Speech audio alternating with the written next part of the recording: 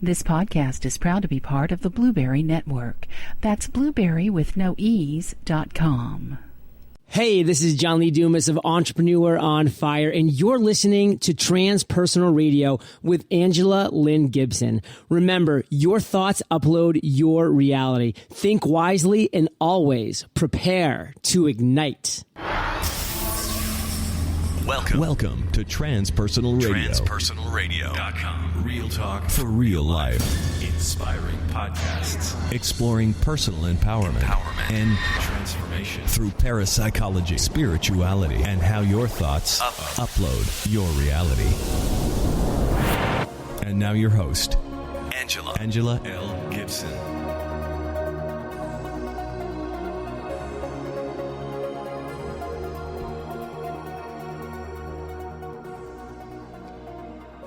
Hello, Transpersonal Radio listeners. I am really excited about tonight's guest, Sean Mahoney. This should be a fun show. If you are into ghosts, hauntings, remote viewing, the paranormal, and all things psychic, stay tuned, because tonight, a left-brain skeptic and engineer shares his life-changing experiences and some events that opened him up to an entirely new awareness. About a year ago, I was doing some research for Paranormal Insights, an award-winning television show that I co-host with Joseph Ernest Martin, and a lot of Transpersonal Radio listeners, you guys are familiar with that show, and that I also co-host that TV show. And I made a post on Reddit asking for input on what makes a great paranormal TV show. And at that time, Sean answered my post brilliantly, and then he shared a little about himself. And after reading his story, I knew I wanted him to be on my show here to share his amazing experiences with Transpersonal Radio listeners. As I mentioned, Sean is an engineer, and he's always been interested in the paranormal, but, he says, it is the hows and the whys that really fascinate him. If something is, how does it work and why? And of course, as you all know, that is my mantra as well. Why? How does it work? So that right there was like, okay, this is great. We need to dig in here. Sean says he sort of got thrown into the paranormal a few years ago when his first daughter started to act as though she was aware of things that he and his wife were not. Sean says suddenly those hypothetical situations we would watch on Ghost Hunters became very real, and we didn't know what to do. He further explained, I started to investigate what my options even were, and came upon a psychic's website that said all you need to do was meditate on the intention of becoming more aware in order to do so. Sean said he was a bit skeptical and also a bit afraid. What if he started seeing things? Did he really want to open that door? It didn't take long before Sean started having experiences of his own. He was getting flashes or impressions of things that would happen in the near future. Sean admitted that even though he was getting what he was asking for, it started to freak him out because part of him still didn't fully believe what he was experiencing was possible. And what does it all mean? Sean, welcome to the show. I'm really looking forward to getting into a great discussion with you this evening. Oh, thank you, Angela. Me too. Now, let's start out by talking a little bit about your background. Prior to, so for you, I'm just going to sort of lay a little bit of groundwork here. For you, a turning point was in the year 2010. But let's back up a little bit before 2010 when you're sort of going about your life and the paranormal. You say you've always had an interest in it, but I don't think it was front and center in your life. So let's talk about sort of that area of your life. What were you up to? Okay, so I was born into a military family, and we moved around a lot when I was a kid. And when I was in kindergarten, we got stationed over in England. And so I lived in England for 3 years as a kindergartner, first grader, and second grader. So did I. Were you up in the Beck Row area, Mildenhall area? So my dad was stationed at Upper Hayford Air Force Base. Okay. I'm not very familiar with the geography of England. At the time, I was very young. Mm-hmm. But we lived in a small town called Charlbury, I think it was called, for my first year there. And then the second year and the third year, we lived on the Air Force Base. But we did I'm sorry. No, go ahead. But we did a lot of sightseeing while we were there and saw the castles and really, some really old historic buildings. And it was kind of neat because every place you went, it seemed like they had a ghost story, and I was just fascinated. Yes, England is a wonderful place for all things paranormal. Yes. And so I remember I was with my friends in first grade, and we were leaving notes out my one friend lived in a house that was very old, and we would do sleepovers at his place, and we would leave notes out, like trying to prompt ghosts to write on the paper for us. And we never really had any successes there, but it was fun. Nice. So you grew up in England, and now I grew up in England. I was raised agnostic, and so I did not have a lot of spiritual background, nothing about God or angels or anything like that. However, I experienced all manner of paranormal experiences from toddlerhood up. So it was interesting, the scientific and pragmatic approach that was taken to those events. And I did have several paranormal experiences in England and Germany as well. So, but I appreciate you sharing the stories about the castles and the architecture of the different buildings, because there is quite a bit of history there, and there are a lot of people travel from all over the world to go to England to look at crop circles and check out, the haunted castles and all that fun stuff. So fascinating.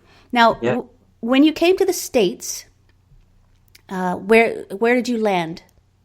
I guess I should probably add that, when we were in England, although I was interested in the ghosts and all that, I never had an experience of my own. But I always believed in it because my mom had experiences. Mm-hmm. And so when she was younger, and so when we moved back into the States, I kind of lost my interest in the paranormal because I wasn't exposed to it on a constant basis. We moved to Texas, in the San Antonio area, and life as a kid kind of,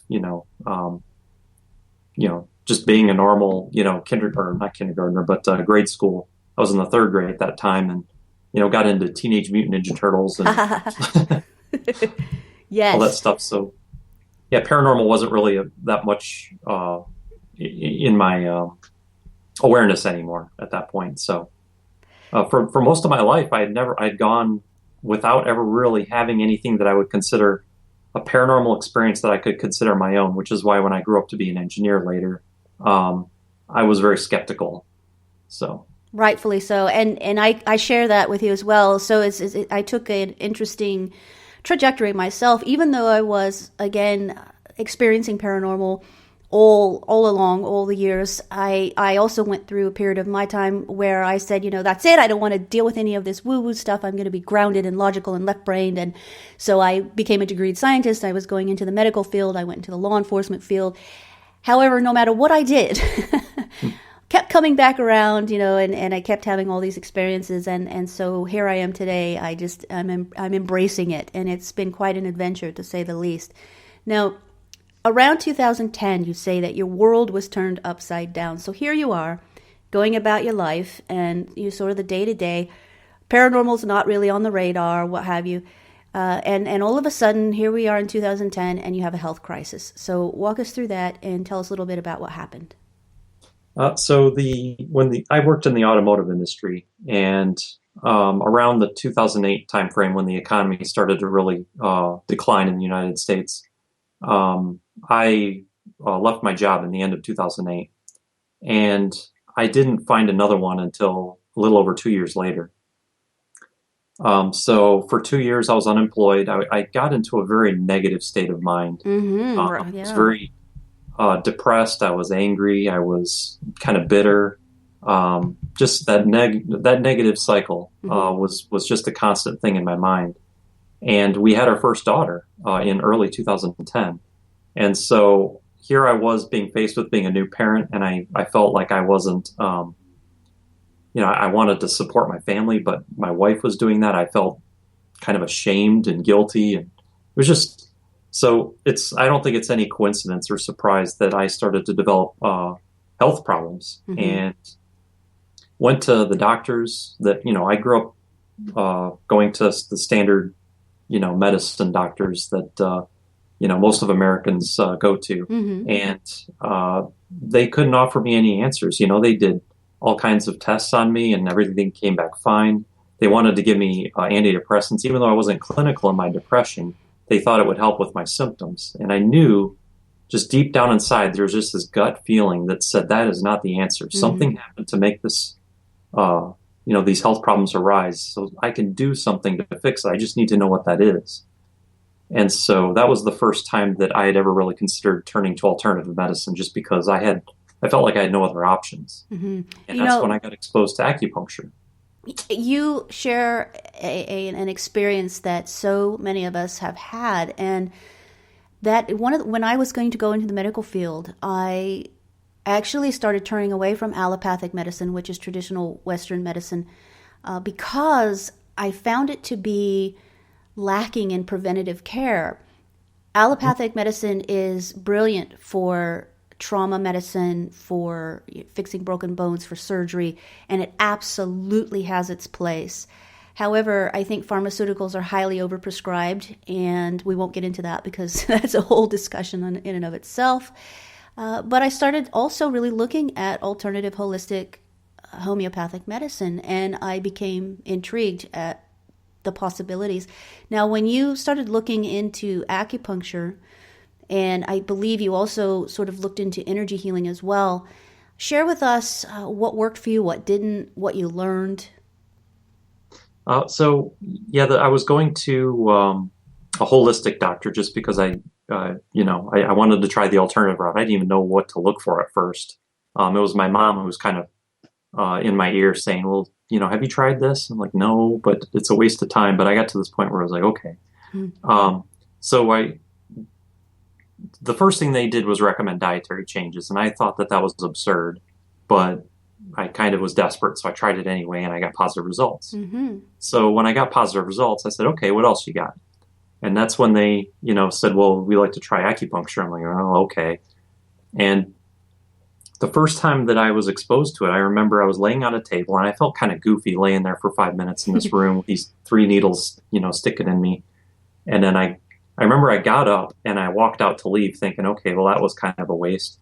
But it's kind of like if you've ever been out drinking and you're drinking a couple beers and you feel fine, but the second you stand up, you feel it all of a sudden. Yeah.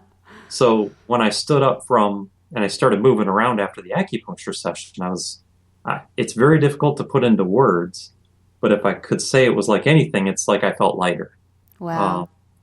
And so it felt good, but it was subtle. And I can't describe it any more than that, but I knew that I felt different. So I said, okay, well, I'll give that a try again too and see how this goes. I didn't try any other energy medicine techniques until much later, but that was my first exposure to it. That's great. Now, let's talk about the nutrition for a moment, because I'm really into that as well. And when you say that you had some suggestions for some dietary changes, now were these suggestions such as doing raw food diet or juicing, or what kinds of suggestions did you receive? And when you say that you got results, does that mean your depression lifted? You started, what kind of results did you get? Okay, it'll probably help if I just went into a little bit of detail about what I was experiencing. Sure. And it was, so have you ever had a little muscle twitch in your body that you can feel, but nobody else can see? Yes, and so it's not annoying. like I'm convulsing or anything. Yeah, but it's like a tick. Yeah. Mm-hmm. I started having tiny little muscle twitches all over my body like fireworks. Once every second, once every 2 seconds, I had this little twitch going off somewhere in my body. And it was freaking me out. I was worried I was in the early onset of Parkinson's or ALS, or I didn't know what it was. And I had really terrible anxiety. I was getting bad brain fog. So a lot of it was neurological. Mm-hmm. And when I went to the doctors, they were testing me, against these neurological conditions. And everything was coming back normal. I did a brain CAT scan, an MRI, blood work. Dexterity tests where they make you walk a line and, do these arm movements. So when I wasn't they said, well, we want to give you these antidepressants because we think it'll help with your muscle twitching. I was like, no, that's not it.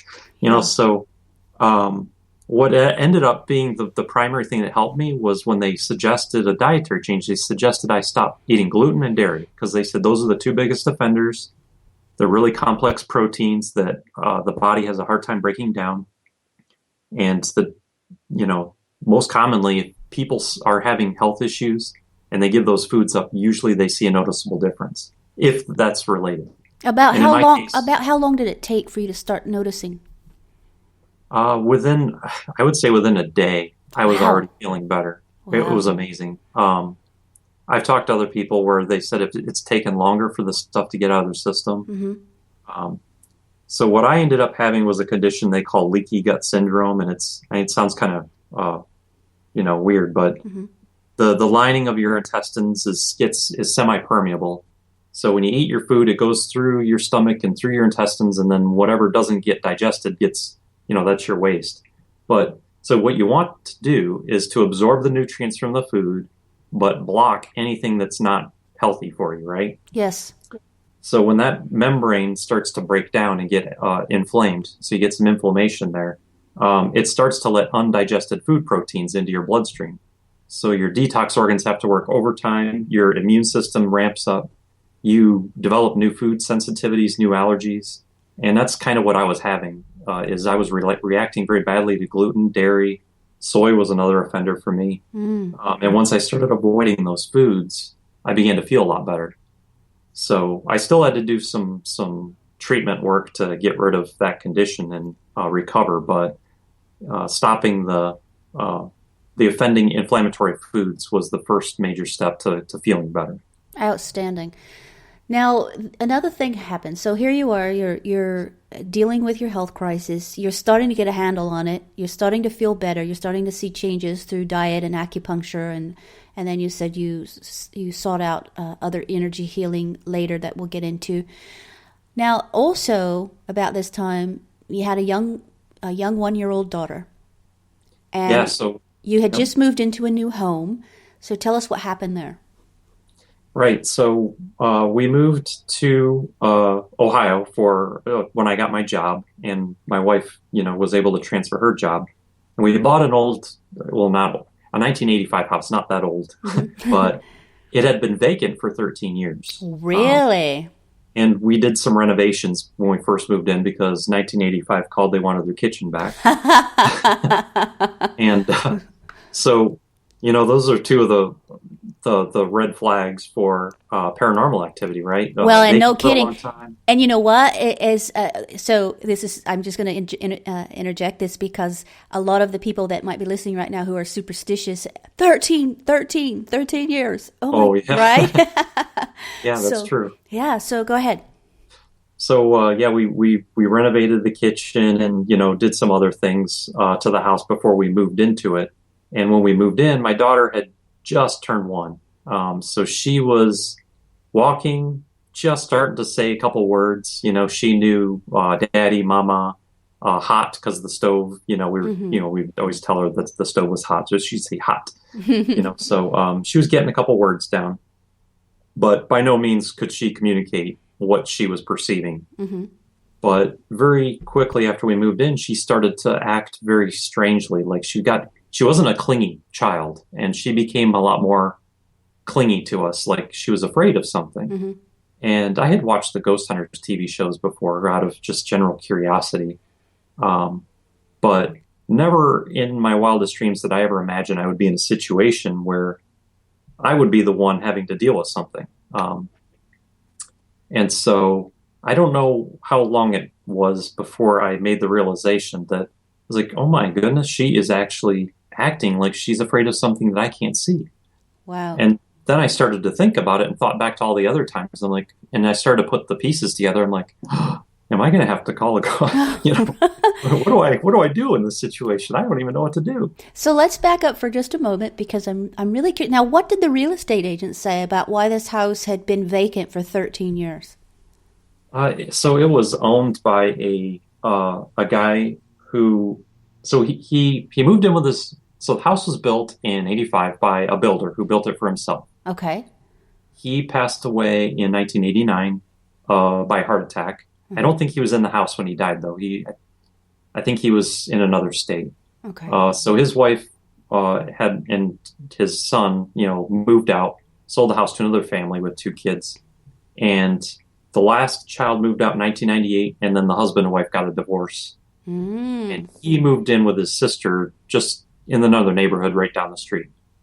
And he kept the house because he wanted to give it to his kids when they graduated college, but they never came back. Interesting. Okay. So for whatever reason, he hung on to it for a really long time, and then he decided he was going to sell it. And it's fascinating that he didn't rent it out, or it just sat vacant. I'll just say he was a unique individual. Little just personality quirks left and right. Okay. I don't know why he did the things he did, but an eccentric fella. Yes. So I just want to say a quote here because this is really interesting. You said this is in regards to the activities that were happening that your 1-year-old was reacting to. You said, I quote, "I was faced with the reality that my daughter was terrified to be in her room alone. So I was more committed to protecting her than I was afraid. I didn't even know how to meditate, so I had to find a guided audio exercise on YouTube, and I did it for 15 minutes a day after work." Now, let's talk a little bit about, were you experiencing any abnormal activity in the home, or you and your wife weren't noticing anything? It was just your daughter? It was just my daughter. My wife and I were oblivious. I know that they say sometimes you get, really cold spots, mm-hmm. or things move around, or, things fall off the walls. We were getting none of that. The only warning sign we were getting was that my daughter was, she was terrified to go to bed at night without us in the room with her. So we would have to stay with her until she fell asleep. And then she slept soundly through the night, thank goodness. So we didn't have to worry about her waking up. But that's good. And then we were around the house. It's kind of the same thing. If we left the room and she was in the room alone, mm-hmm. She knew and she needed to be with us. So now, and this isn't what you're describing, what you experienced. This isn't just because some people listening will say, well, of course she was upset. She was in a brand new environment in a new home and she didn't, that was scary. Yeah, perfectly rational explanation. But it's interesting because now you were an Air Force brat. I also Air Force brat. We moved around a lot.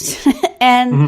I didn't really have that. I mean, I adapted to whatever environment I was in. It wasn't unless I was actually communicating with spirit realm that I had some, at that time, scary experiences myself because I didn't really understand what was happening. So I guess the point I'm trying to make is for our listeners, there are different circumstances that you can differentiate between a child who's just nervous about a brand new environment and a child who's nervous or has anxiety or fear around an event that's happening to them. That's very true. Now, maybe this is part of it. I was a Mr. Mom for the first 9 months of her life. My wife was working and I was unemployed, so I stayed home with her. And maybe, they say that you get in tune with your child. Mm-hmm. Usually mothers and daughters have the strongest bond, but I can't explain it, but there's just a part of me that knew, if that makes any sense. Absolutely. But I can't prove it to anyone, so I won't try, but... Well, and that's the thing with a lot of these experiences is you can't necessarily prove them in a truly scientific manner. Oftentimes the stories are anecdotal. What I will say is I have had plenty of my own personal experiences, and I have witnessed others who've had their experiences. There's absolutely something else out there, and that's not even a question that I have anymore. So the purpose of you sharing your stories isn't like, oh, we're going to pick it apart and we have to prove it, Because, when you are living something like that, it is exactly what you said. There's a knowing that it's this underlying, whether it's an underlying tension or an underlying energy, there's something going on that's not what is considered to be within the five senses realm.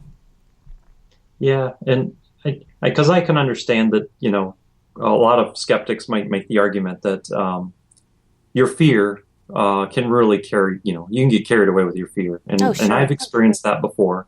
I don't know. Again, it's one of those subtle things that it's really hard to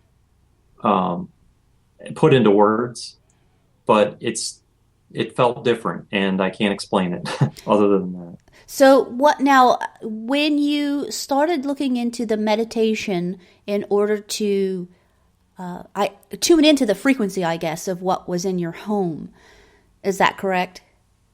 Honestly, I really didn't know what I was doing. And so when I started doing just web searches of what do you do if you have a ghost in your home, Uh-huh. I wish I'd bookmarked the page, but I found this self-proclaimed psychic's webpage that said, you read the quote earlier, but if you meditate on the intention of becoming more aware, you could become more aware.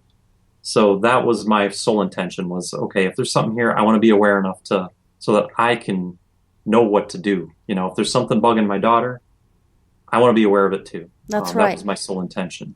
And you said it started to work.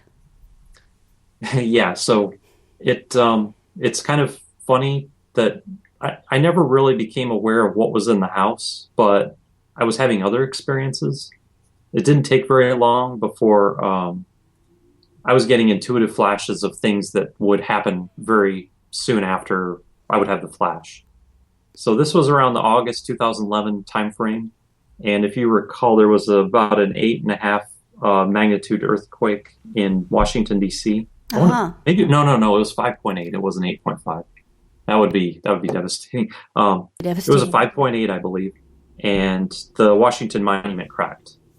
And so the day of that earthquake, I was walking through my building where I work here in Ohio, and I was going to a meeting across the street. There was nobody in the lobby, and it was just quiet, empty. I'm walking through, and all of a sudden, it's like there's an overlay of the room in my mind's eye, and everything starts shaking. But yet, with my physical senses, I could tell everything was fine. And I had never experienced that kind of a contrast in perception before, and it was the most strange experience. I shook it off, and I was like, what in the world is that? Because the first thing that came into my mind was earthquake. But yet, everything was okay. So I was like, that's weird. I went to my meeting, which lasted a little over an hour. And towards the end of the meeting, my boss leans over and elbows me, and he shows me his BlackBerry. And he says, check it out. DC just had an earthquake. Wow. It's like, what? Well, how, when? And he's like, a couple minutes ago, just hit the news. Wow. And I was just freaking out because I was like, what in the world? Right. Now, how long had you been doing your practice of meditation before?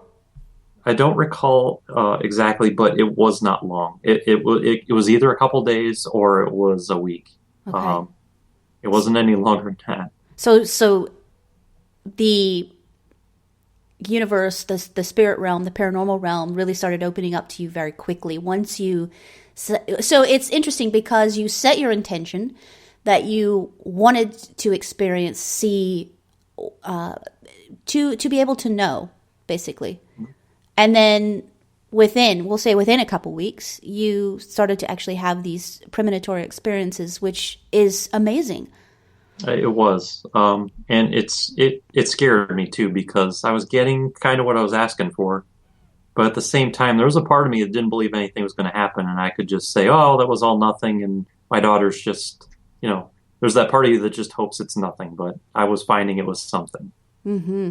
Now, you also, what you ended up doing, if I recall correctly, is I think you went to some meetup groups, or you found some groups in your area who were into the paranormal, who were gifted mediums or intuitives, and started kind of opening up to them about what was happening. Right. I was having these experiences. The earthquake was probably just one of the most powerful examples, but I was having intuitive flashes all the time. I would see falling money before rounding a corner and seeing somebody drop $1 in front of the vending machine. Or I would think of a VW bus, for no reason, and then 15 minutes later leave work, and then I'd be stuck behind one, pulling out of the parking lot. When those things are not that common. So that's right. So I was freaking out. I was having experiences, but I didn't know what to do with it. I talked to my wife, who was very understanding, but she didn't know what to tell me. Mm-hmm. So I went again to the internet, and I found meetup.com. And I found a website, or not a website, a meetup group that talks about paranormal, psychic, this spiritual matters. And from the site description, I just said, I got to meet these people. I need somebody with some experience and knowledge that can give me some guidance here, because I'm in way over my head. And, I've still got this problem with my daughter in the house, and I don't know what to do about that. Mm-hmm. Now, when you went to one of the meetups at one point, you actually met a medium who offered to come over and do a house clearing for you.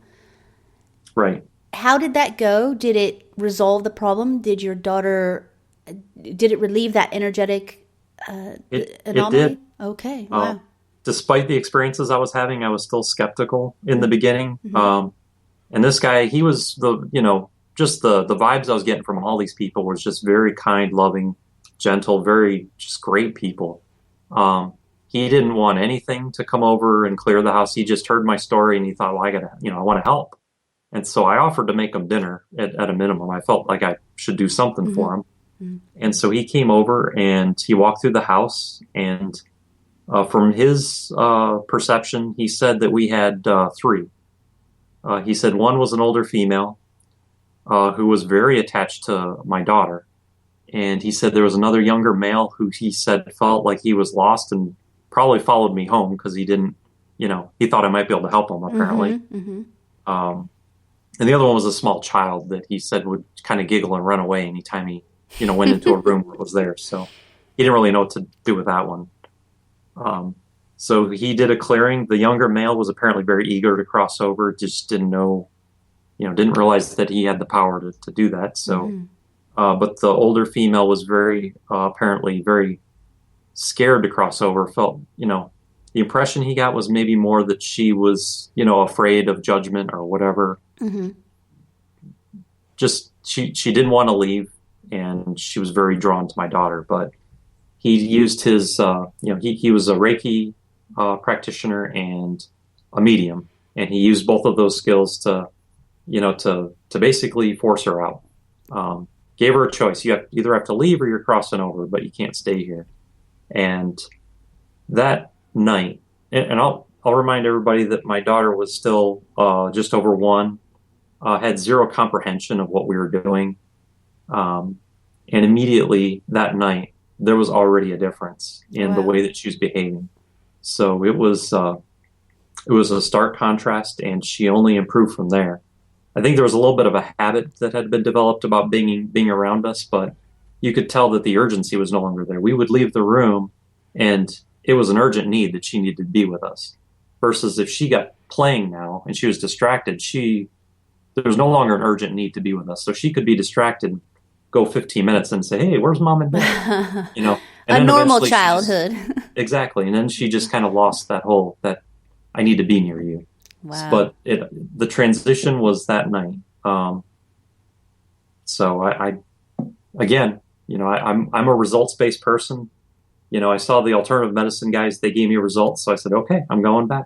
There you go. The medium gave me results. So I went back to that spiritual group and I said, all right, teach me more. I want to know. Outstanding. And so speaking of that, before we get into that very quickly, are you still living in the same home today? I am. And you've never had any residual or return of any ghost-like activity? I have, but it's been different each time. And I believe that they're different folks passing through. So that's interesting. It's almost, so it sounds to me like you have some type of portal there, either on the property, the land that the home is built upon, or somehow within the home itself. Well, I have no idea. The impression I get is that I'm just trying to think of the right way to say it. It's kind of like spirits are, they have free reign just like we do. They can move around and they can go from place to place. And if they want to follow you home, they can follow you home. And if you're not aware of them, you're not gonna, you're not gonna know it. They're not going to be intrusive. And I think the vast majority of them are very non-intrusive. I think it's a very small percentage that are very emotionally disturbed. Yeah. Yeah. Mm-hmm. It could, that would be the most extreme case, but some are maybe emotionally traumatized or disturbed, and they can lash out and do little things to kind of mess with people. And, but I don't think they're ever tied to one place. That's just my opinion. I'll take it or leave it, I guess. Yeah, you bet. So, and it's interesting because I don't know if you've ever heard of Hans Holzer. He's one of my favorite old time. Hans Holzer was an American paranormal researcher, and he was a prolific author. I think he had over 100 books that he authored on the paranormal, and he has a book. It's enormous. It's a huge tome, and it's all about ghosts. And just love his work. He did a lot of extensive investigations of haunted places and really goes into all the different types of hauntings and ghosts, apparitions and whatnot. He did die in 2009, so not too long ago. But if you ever get a chance to check out any of his work, do that, because with your background and what you've experienced, I think you would really enjoy what he's done and his take on it. I've personally, being a medium, I personally have experienced exactly what you're talking about. Now, I've encountered apparitions, or what I call disembodied spirits, those who at one time had a physical body and then passed into the spirit realm. I have encountered disembodied spirits who are stuck to a particular location for various reasons, and I have also had those who do travel around. Like you said, they attach themselves to a person or a place, or sometimes they are free agents, sort of what you described. The other thing that I have experienced quite prolifically once I started doing readings for people were the disembodied spirits who come in to speak to loved ones during a seance or during a reading. So that would go to your point that they can go where they choose to go or not. Yeah, and I think both are true. I think that there are spirits who are very tied, or they can be, I think, attached to places, objects, people. And I think there's others that, just kind of roam around and they do whatever, whatever catches their interest. They can follow people or objects or whatever. Absolutely. And, a lot of it has to do with the way a person dies, if it's, a traumatic death or if it's an unexpected death or so on and so forth. And also, as I teach in a lot of my classes, that just like we all have personalities here in physical form, once you pass out of your physical form back to spirit form, you maintain that personality and that character. So however you are in this incarnation, that's how you are in any other incarnation. So it's really fascinating. I agree with that. So let's talk a little bit about, as you mentioned earlier, you said this started opening your eyes. You started sort of having an awakening, so to speak. And so you started investigating other areas of the paranormal. And so some of the things I want to talk about with you this evening: past life regressions, remote viewing, energy healing, and then you actually became a certified hypnotist. So let's start with the past life regressions and talk a little bit about how, first of all, how you kind of got into that, interested in it, and were you able to uncover any of your past lives? Yeah. So being an engineer, I'm one of those types where, when I get exposed to something and I don't understand how it works, I want to figure it out. I want to know how it works. Yes. So I'm going to try and dive into it. So whenever it's safe to do so, I like to seek experiences. So when I was exposed to the concept of past life, regressions and stuff like that, I started reading a couple books, and I came upon a book by Dr. Michael Newton. I'm not sure if you're familiar with his work. I'm not familiar with him. Okay, so he was a skeptical hypnotherapist back in the 1950s who did childhood age regressions for traumas. And he had a client come into his office one time who was experiencing stabbing pains. The doctors could not find anything wrong with them. They wrote it off as a psychological and referred him to get psychological help. So this guy came into Dr. Newton's office and said, can you do anything for these pains I'm having? And Dr. Newton had turned away people that had sought, topics that he considered woo-woo, like past lives. And so he agreed to see this guy, and he was investigating his childhood, looking for, maybe he was stabbed with a knife or something, and they couldn't find anything. So we got to a point where he just basically said, well, go to the source of your stabbing pains. No matter where that is, go now. Mm-hmm. And the next thing you know, the guy's describing being bayoneted on the World War I battlefield. Wow. And so Dr. Newton was very, couldn't quite believe what was happening, and got some detailed information about the rank, the battalion, the unit, stuff like that. And as it turns out, it was a real person for the British Army during World War I. Wow. So he got a little bit more warmed up to the concept of past lives, and he started seeing clients. Well, he eventually had a client who came into his office who not only went into past lives, but she went into the state in between lives where you're conscious in between incarnations. And he figured out that if you regress somebody into a past life, walk them through their death scene, and stick with them as they go through that tunnel into the light, you can actually get people to remember their conscious time spent in between incarnations. And so I read his two, it was fascinating. I read his 2 books cover to cover, and I thought, well, I got to try this. I want to know what that's like. And so he kind of mapped out, the process that we go through in between incarnations. He regressed a couple thousand people over this course of over 2 decades, independently researched because he didn't want to be tainted by anybody else's opinions or research or beliefs. And he said that pretty much everybody, no matter what their belief system in waking life, said the same things in hypnosis. So they even use some of the same words to describe, different aspects of it. So I went to go see a hypnotist that was certified in his regression therapy. And I did 3 sessions back to back, meet your spirit guide, and then 2 past lives. And I remember I was very nervous, not quite knowing what to expect about the spirit guide thing, thinking, is my spirit guide going to come through the same way in meditation? Am I getting anything in my meditations that's accurate? And in my hypnosis session, it was very similar to a meditation, but it seemed more vivid. It's hard to describe, but it was more rich and more vivid of an experience for me. Sort of like lucid dreaming almost. Yeah, I would say it was between a meditation and lucid dreaming. Lucid dreaming is even more vivid for me, but it was close to that.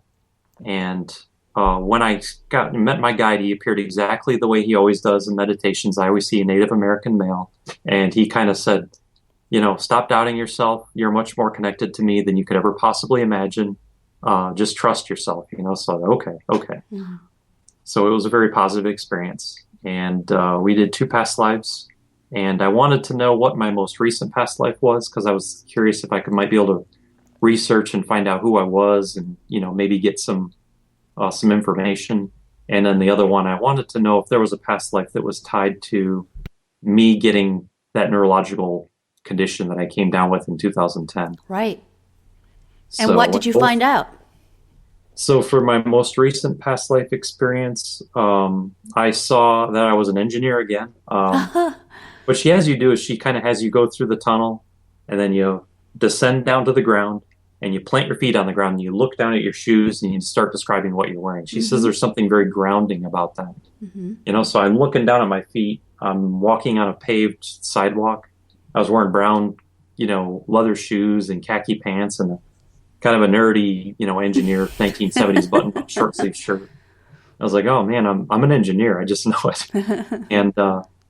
And she said, what's your name? And I said, Harold. I'm like, oh, I would never choose that name for myself. So a lot of skeptics like to say, well, it's just a fantasy your subconscious mind portrays. And it's like, well, I wasn't getting anything that I would fantasize about. It was very, right. You weren't like, Napoleon or, some famous, King Tut or something, right? You're Harold in the 1970s, an engineer. Yeah. And so I was in Florida and I was going for a walk in a park by a lake, and there was buildings around me. I was kind of an urban area. And she said, what do you do for a living? And I saw a drafting board laid out before me and a picture of the space shuttle on it. Wow. And I thought that was really cool because when I was a kid, I was fascinated with commercial aircraft. It would make sense if I was an aerospace engineer. And as I grew up, I lost interest in that. I got more interested in cars in this life. And I became an automotive engineer. Wow. So I could totally see that connection. And I went to school with computers. So never once did I work with big drafting boards like that. Fascinating. But it matched the time era that I saw. And so, but one of the most interesting things that happened was she asked if there was anybody in my life that was special to me. And it was the strangest sensation because I grew up as an introverted, shy, very quiet kid, very reserved, and I was terrified to talk to people. introvert to the extreme. I didn't come out of my shell until college. And I went away to college. I had to meet new friends. I was forced into the world where, and I became more of a social person. And I'm not afraid to talk to people now, and I can share, and, I can even talk in front of groups of people. But that change happened in this life, and I've been that way for a couple of years now. But when she asked me, do you have anybody special in your life? That feeling of being introverted and shy and reserved, it all came rushing back, and it hit me like a ton of bricks, and I hadn't felt that way in years. So it really surprised me, because it just it took me off guard. And it makes perfect sense that if I ended that life in that personality, it's like you said, the personality you have when you pass away, you're still that same person. Mm-hmm.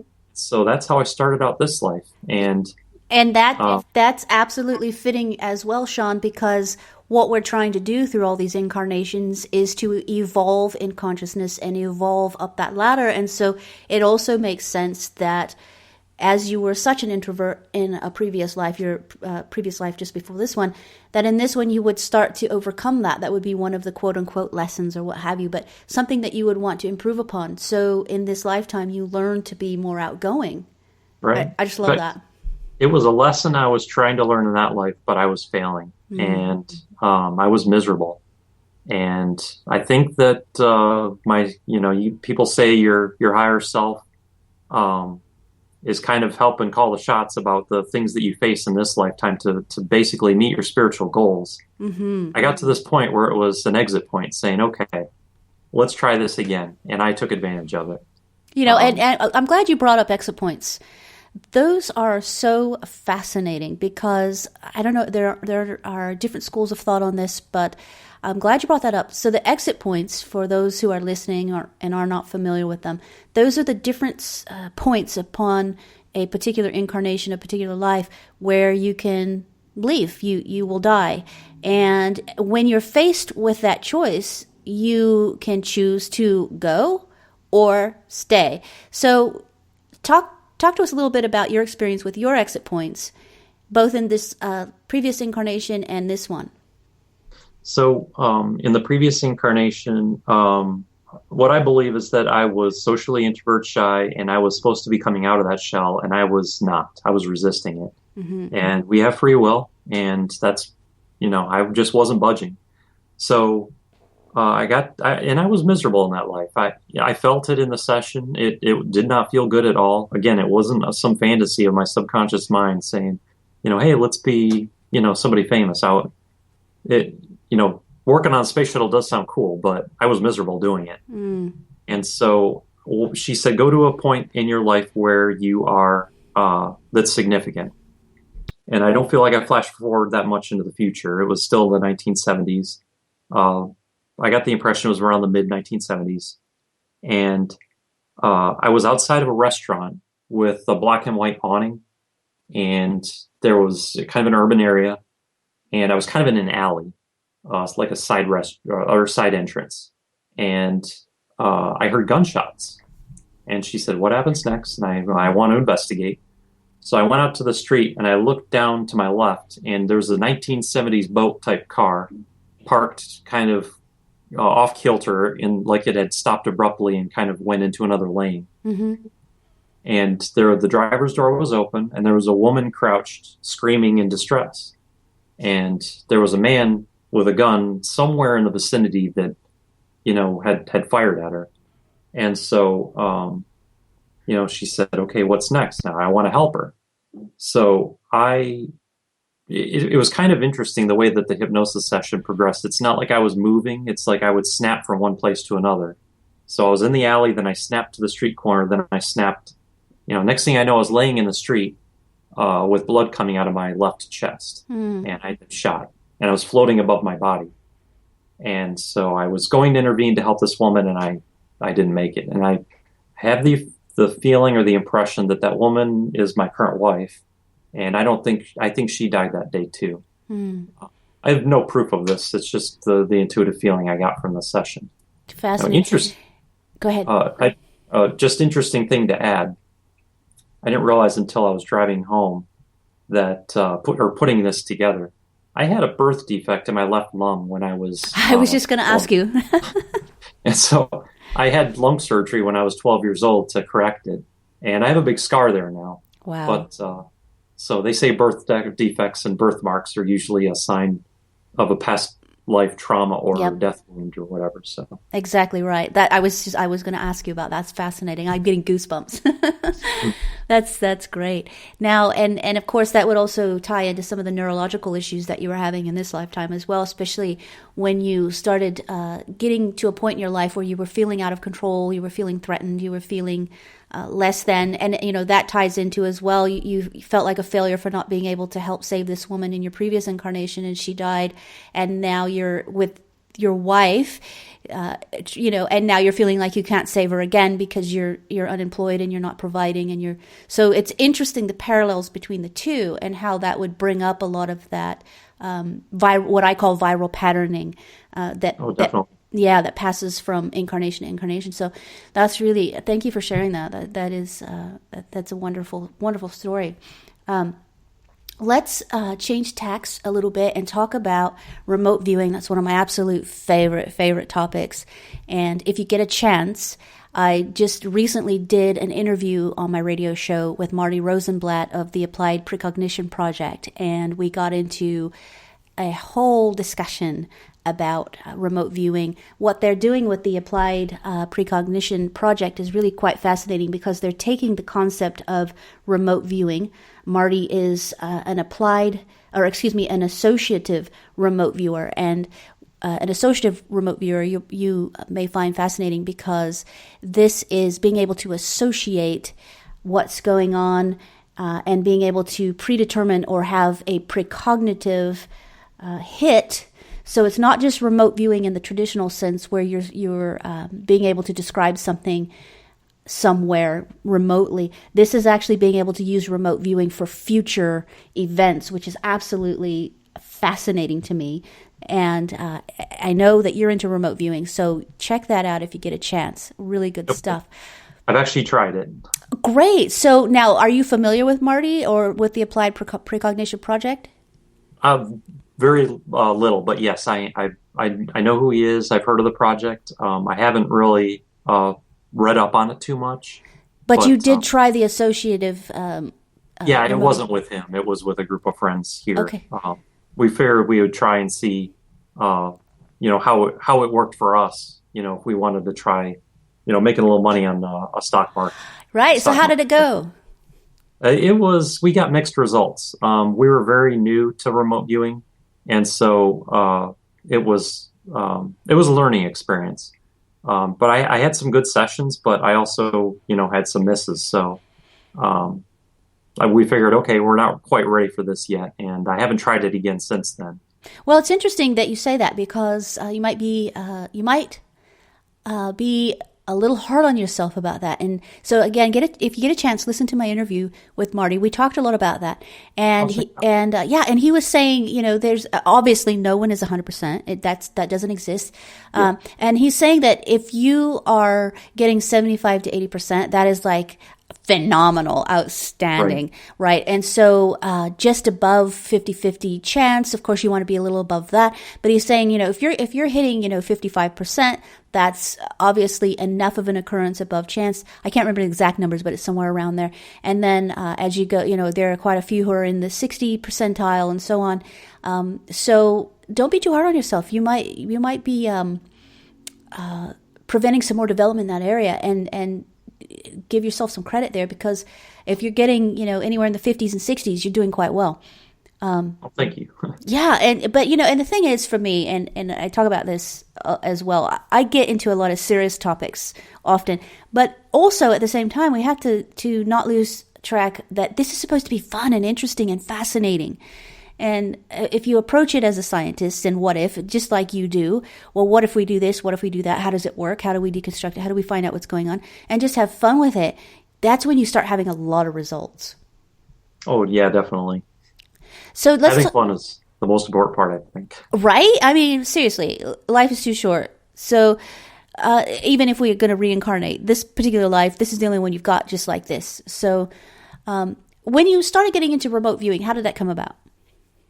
I didn't even know what it was until I saw the movie The Men Who Stare at Goats. Nice. And I had already had some experiences, like I told you with the precognitive visions and all that. So I was fascinated with it. I was like, wait a minute, they teach you how to do this skill? Is this real? Yeah. And in fact, the movie starts with a tagline, more of this is real than you would believe. Yes. And that movie was based off of the Army's Project Stargate program. Right. Yeah. In fact, they say in the DVD extras at the very end of the movie that although it's a fictional story, everything that takes place in the past, all the flashbacks they do, all of that is based in truth. Mm-hmm. So exciting. So after I saw that movie, I started buying books on the subject, and I found David Morehouse's 2008 book that teaches you how to do it. Nice. And that was the first. That was my first exposure to learning it and trying it for myself, and I had success. Outstanding. I love it. Yeah, I have several books myself on remote viewing, and I have different video classes and whatnot, because that one for me is something like you were talking about earlier, where we can actually have verifiable results. And for me, that's what it's all about. Even doing the mediumship or doing any type of telepathic or psychic work, I want verifiable results, because that's what matters when we're doing this. Yep, my right brain needed that. Yeah. So when you started exploring the remote viewing and you started to get some hits, there had to have been some excitement there. Talk a little bit about some of your first successes. What were you trying to do? What were the results? Well, so when I first started doing the remote viewing, my successes were, if I were to show my session to somebody, they would say, well, that's nothing like your target, But, for example, one of the first targets I was given was, I wasn't even aware this ever happened, but there's a lake, I think it's called Penguar or Penninger or something like that down in the south, where in the early 1980s, so this lake drains out into the Gulf of Mexico, and there was a salt mine underneath the lake that was actively being mined for salt. And one of the petroleum companies had a permit to dig or drill test holes looking for oil. They had a map of where the salt mine was, and so they were supposed to stay clear of that, but they got off course. And so one of their test holes drilled into the salt mine, and the lake began to drain into the salt mine. And as it dissolved the salt, the hole got bigger. And as the hole got bigger, the lake began to, seriously drain. So for I think 4 or 5 days, the river running from the lake out to Gulf of Mexico ran backwards, and it backfilled with salt water. And they evacuated everybody from the mine in time.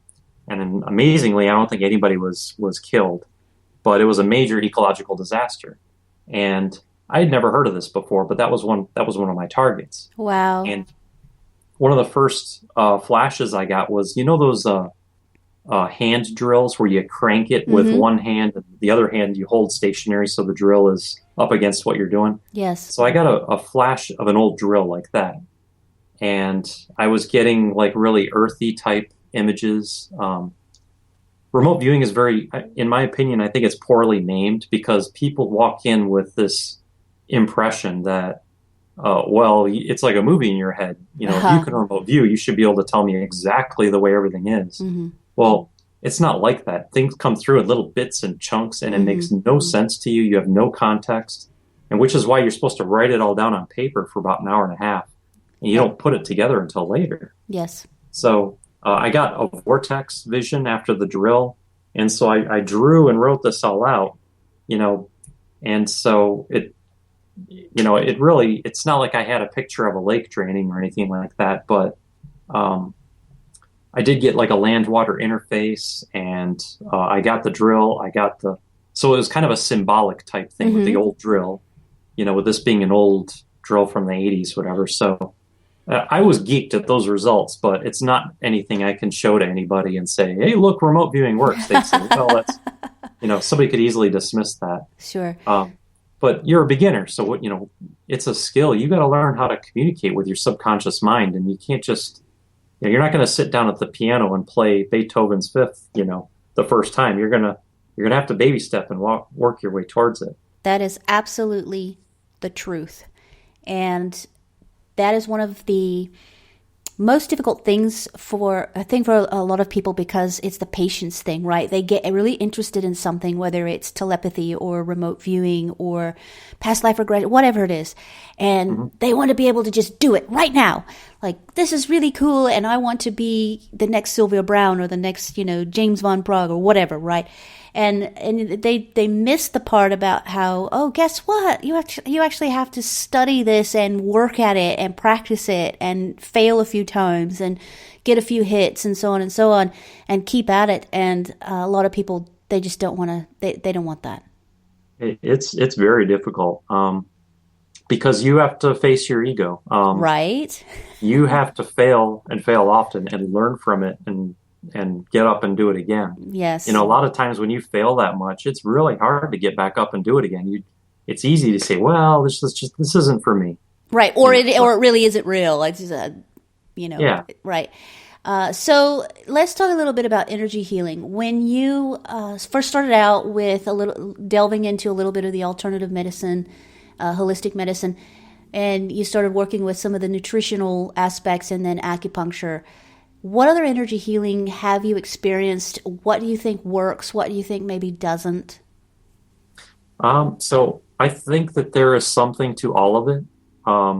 There are various energy healing techniques. I've been exposed to acupuncture, Reiki, pranic healing. I think one time I tried the reconnective. I can't remember what it's called.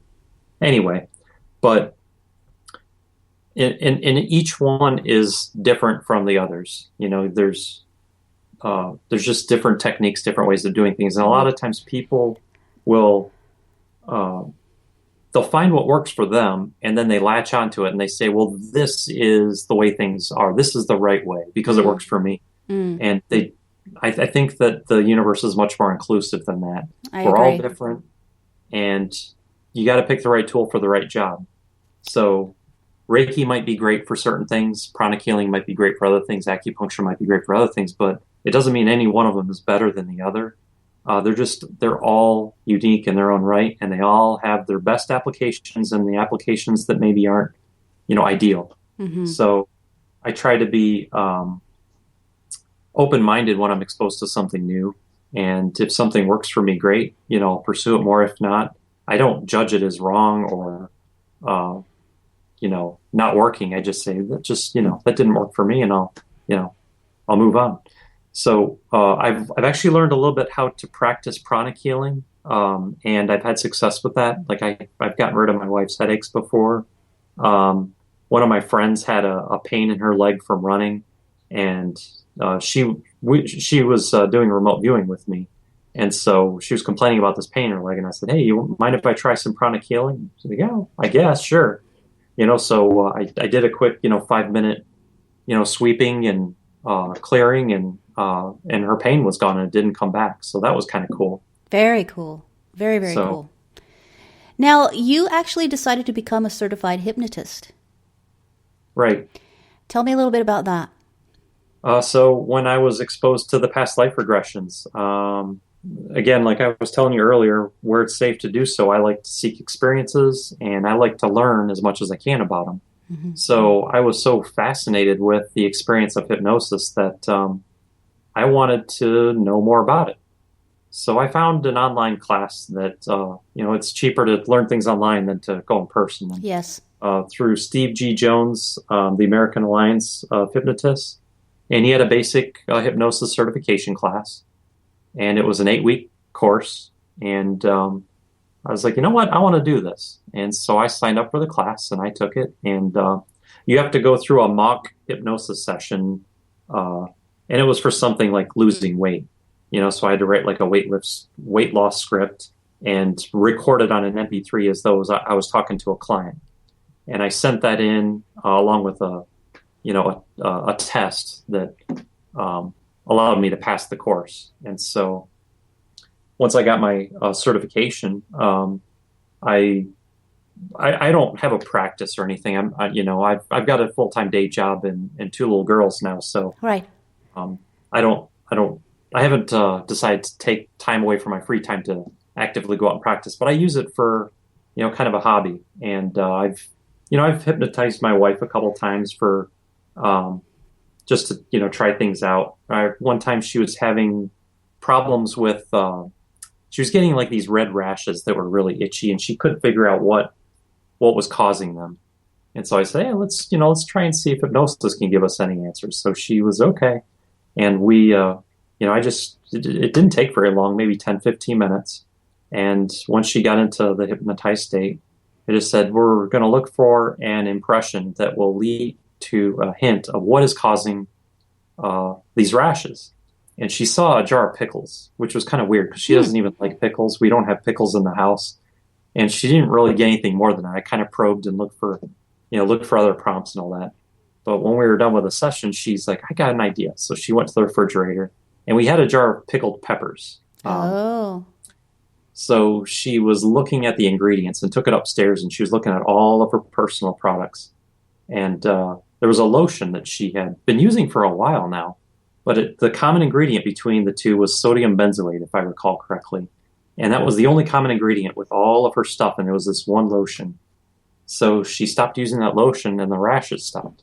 Wow. So, I mean, it's a bizarre, weird way of getting an answer, but it worked. But it's fun and exciting at the same time because, Yeah. I mean, how cool is that, really? It was. So it would have been nice if it would have been a more direct answer, but whatever. Yes, So right?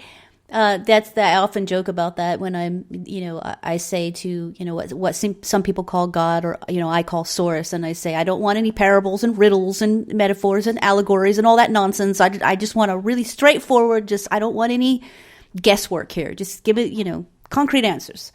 So, so I get it. Yep. And with my work in remote viewing, I can kind of see, because I've dabbled in hypnosis and remote viewing, I can kind of see how it falls together. Our subconscious mind speaks its own language. It almost has its own personality. Yes. And our dreams come through the subconscious mind. So there's a lot of books on dream symbolism. Remote viewing, I've had symbolic things come up. So it really doesn't surprise me too much that in hypnosis, she got a symbolic type of an answer that ended up leading to us figuring out. That's exactly right. And, as you were mentioning earlier, as we're doing remote viewing, that comes through in symbols. As I'm doing mediumship work, that comes through as symbols, because oftentimes you're communicating with people from different cultures, different languages, sometimes even different realms. So a lot of things come through in symbol. And it also is just a natural way of the thought process, right? Because if I say elephant, for example, what pops into your mind? You picture an elephant. You don't sit there and go E-L-E. Right. We don't work that way. And so you're absolutely right that, of course, we're going to look at symbols and be able to, and that's why it's so important. Again, we come back to, you have to do a lot of practice. Sometimes failing when you're doing practice in these areas is figuring out just how to read the symbols. What does that actually mean? Yep, exactly. And you might be interested in this one too. So when I learned remote viewing with a couple of friends, and so including my wife, and we actually decided to try using hypnosis for a remote viewing session one time, just for fun. And it was a really unique and fun experience. Haven't had anything like that again. We haven't done it again either, which we should do that again. But are you familiar? It was a fun target too. Are you familiar with the pyramid that they found half a mile below the ocean off the coast of Cuba back in 2000? Right. Yes, that's right. So I decided to use that as a target. And my friend that learned remote viewing with us was going to be our test subject. So I was the administrator and she was the viewer. And she was I had the idea when she was complaining about how when she does a remote viewing session, writing on the paper, you get these intuitive flashes in your mind, and then you have to sit there and write and draw. And she was kind of frustrated with, well, I'm in my mind, and then I got to write, and then I got to draw. She's like, I just want to stay in my mind. And I was like, well, maybe, because I had heard about extended remote viewing, which is very similar to what we did. You just lay down and you're talking out loud and recording. And then after you're done with your session, you draw and write anything that you want to remember. So we did a hypnosis session that way, where I got her into light hypnosis state. I assigned her the target coordinates, and just, again, you're always blind in a remote viewing session. That's the most important part, is you can't know what your target is. And so I gave her these target coordinates, which was random numbers I had made up. And immediately, I said, okay, so now where are you? And she said, well, I feel like I'm underwater. I was like, okay, well, we're on the right spot. So I didn't say that. I said, well, describe, what you're seeing, or, and so she described how she was underwater. There was all this coral and growth, but she said it wasn't natural. There was something man-made to it. Something was there that wasn't supposed to be there. And she didn't describe a pyramid at any time, but so I said, well, let's go backward in time to when this target makes the most sense. And she said, okay, well, I'm on land now, and there's these buildings and structures around. And I said, well, let's go into one, and what draws your attention to it most? And so she was going around this building with people working, and they were working on some sort of an aircraft. It was just Wow. It was a bizarre experience. But when we first entered into the building, there was so when people are remote viewed, they were not aware of it. That's why the military loved it so much, because you can get in and out. And nobody's ever known that you were there. Right. But when she went into this building, there was a presence there that basically said, what are you doing here? Basically. So we had to basically say, we're just here to explore. We're not here to, interfere. We're not here to do anything. We're just exploring, so at that point it was kind of a reluctant, okay, And Wow. so it was kind of an interesting, I have zero way to prove or give any feedback other than, this kind of interesting experience we had. But, well, and the thing that, I run into that as well, doing the work I do.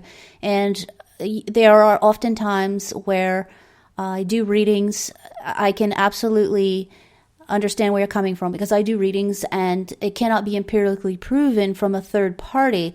However, what's happening is, as I'm sitting with someone and giving them validating information I couldn't possibly know, and I'm giving explicit, detailed information, whether it's names or the way someone died or a particular item that means something to both of them to validate that they are actually present. That is, it's validated and it's real in that the person I'm reading for, we're both witnessing that, right? So it's not just something I'm doing all by myself in a room and I'm just saying, oh, this is what happened. So there are people who witness this actually happening, especially if I'm reading for more than one person or there are other people sitting there to witness it as well. So we have those people who can witness, and I have information that goes beyond just some vague, oh, this person misses you and they say they love you. I don't do that. I'm talking about real validating evidence. But no matter what, in the true, strictest sense of the scientific world, that's still anecdotal evidence, right? So Yep. That's where it gets frustrating, because it's like, these things are actually really happening.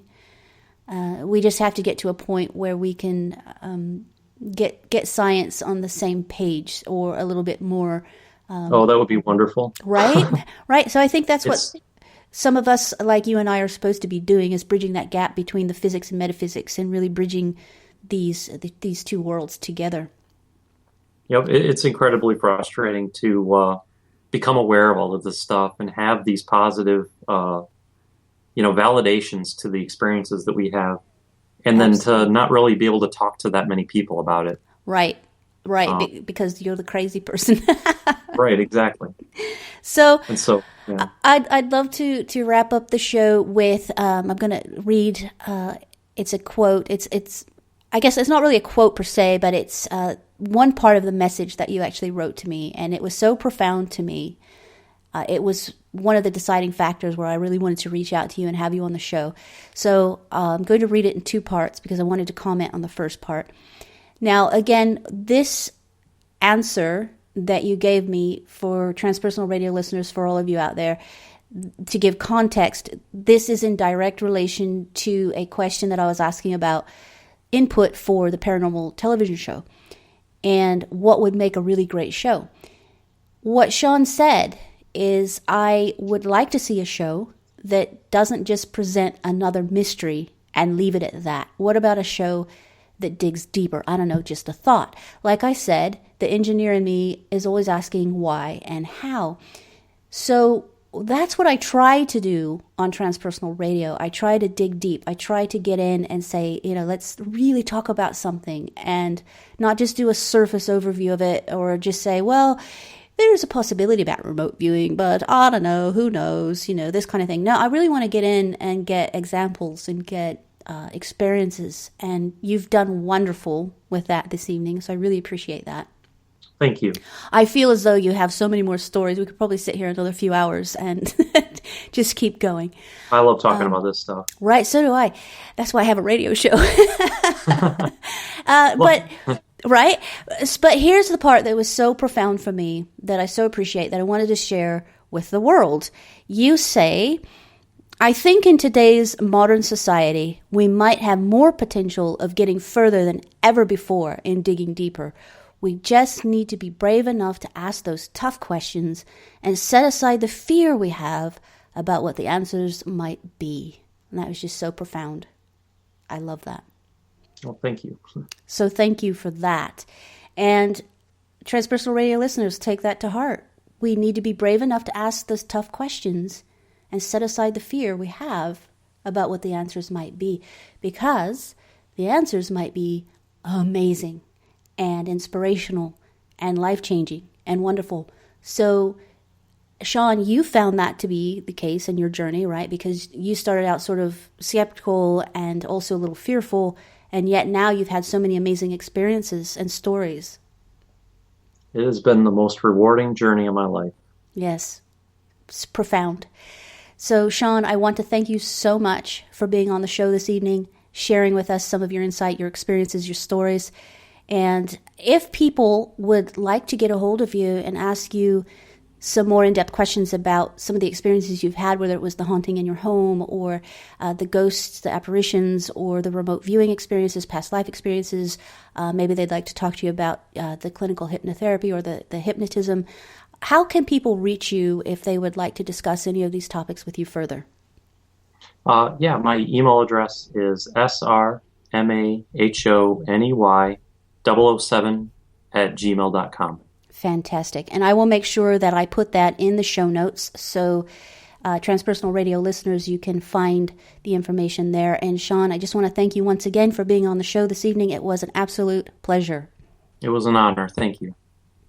Transpersonal Radio listeners, again, make sure you reach out to Sean if you have any more questions about what he is up to right now. As he said, he is not actually practicing as a clinical hypnotist right now, or a certified hypnotist right now, beyond doing it as a hobby. So as I usually do, I give a website of where to go. He's not doing that at this time. However, if you're interested in what he's doing and anything that we talked about this evening, feel free to reach out to him. And you never know, in the future, he might actually end up doing that. So stay in contact, find out what's going on there. And as always, until next week, thank you for listening.